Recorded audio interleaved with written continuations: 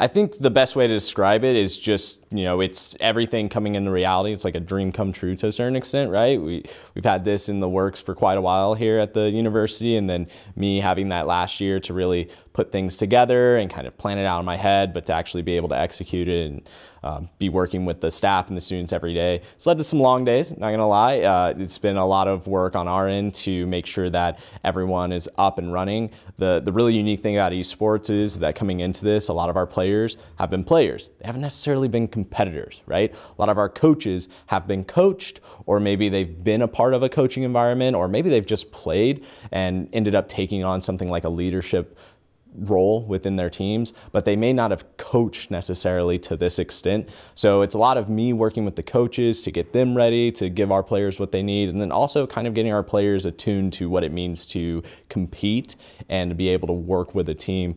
Number one thing is communication, right? And that's what we've been hitting every day. I think every single team, when we're in there, we're always focusing on how we talk to each other, how much we talk to each other, what language we're using, trying to make sure everyone's on the same page. They know the right terms to be using in game and whatnot.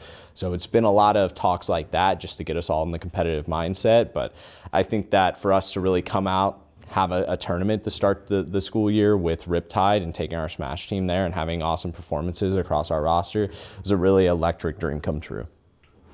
I think for me, and I was actually just talking about this morning with someone I was discussing like the program with, we want to really test ourselves, right? And I think this schedule does exactly that. It's going to test our limits to a great extent. We're going to go up against, and we have already, some of the best programs in the entire country, schools that have been around for 3, 5, 7 years in the space, which is ancient history by this point in esports, right? It's schools that have won national, even international titles in some of these games.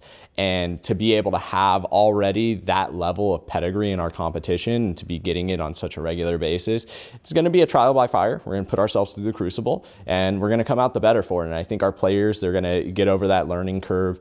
The way I always stress to them, I'm like, everyone, we're not judging ourselves on how we look in September, right? This is a process. We're going to be developing, learning over time, and the schedule is proving to be one that will continuously test us and help us really assess, who we are, what we're about, how we want to play, that team identity, and get our players used to all of the aspects of competition that they need to become familiar with and allow us to adjust going in the second semester. I think that's the real great thing about esports, is that I can say, okay, this semester, every team is going to do 2 to 3 leagues.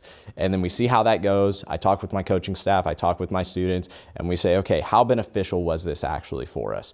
Do we need to cut back on some of these league offerings and focus more on scheduling another practice time, another review time, maybe another scrim session? So I think that right now it's all about testing that capacity, pushing our limits, getting our players thrown out there against the best of the best in some cases, against some teams that they're way better against in some cases, but having a lot of diversity in looks so that we can really feel like going into the spring especially, we've seen a lot in a very short amount of time.